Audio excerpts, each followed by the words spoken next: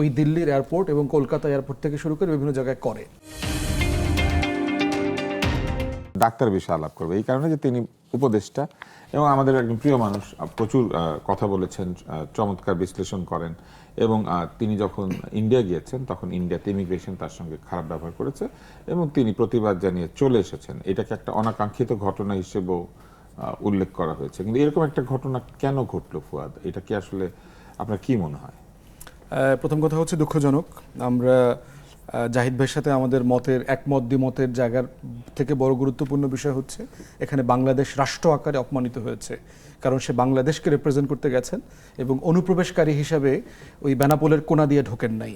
উনি ভারতের দাওয়াতে গেছেন, ইন্টারন্যাশনাল ওশান রিম কনফারেন্স যেটা ছিল, যেটা আইপিএস এর কাউন্টার হিসেবে ভারত ডেভেলপ করবার চেষ্টা করছে সেখানে।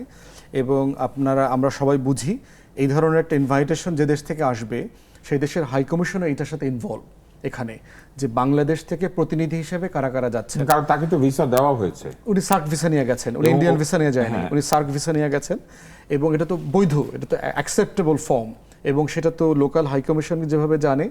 বাংলাদেশের যিনি হাইকমিশনার দিল্লিতে, উনি নিজে বলেছেন যে ইন্ডিয়ান ফরেন মিনিস্ট্রিতে রেলেভেন্ট ডিপার্টমেন্টকে উনি জানিয়েছেন যে এই ব্যক্তি আসছেন, এইরকম প্রসেসে আসতেছেন, এরকম ল্যান্ড করবেন। তো যেভাবে তার সাথে যে আচরণ করা হয়েছে, তিনি তার একসময় তার বিভিন্ন মতামতের কারণে তাকে ব্ল্যাকলিস্ট করা, ওখানে তাকে জিজ্ঞাসাবাদ করা হয়েছে, এটা খুবই অপমানজনক ছিল।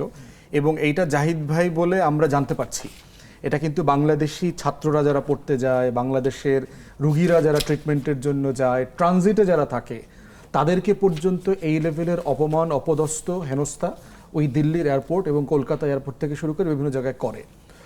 এবং দুঃখজনকভাবে হলেও যে বাংলাদেশ সরকার এগুলো সিরিয়াসলি রেইজ করে না। ভারত সরকারেরও তো এই পরিমাণ সম্মান, মর্যাদা প্রতিবেশীদেরকে দেওয়ার মতো মানসিকতা নাই। যদি থাকতো তাহলে রাত 2টার সময় 2000 লোককে কোনাকানি দিয়ে নোম্যান্স ল্যান্ডে রেখে যেত না। খুবই অমানবিক তারা। অতএব আমরা বোধ করছি যে আমরা বাংলাদেশ সরকারের পক্ষ থেকে একটা ব্যাখ্যা চাওয়া দরকার ভারতের কাছ থেকে, what happened and why it happened, এটা সুনির্দিষ্ট ব্যাখ্যা চাওয়া দরকার।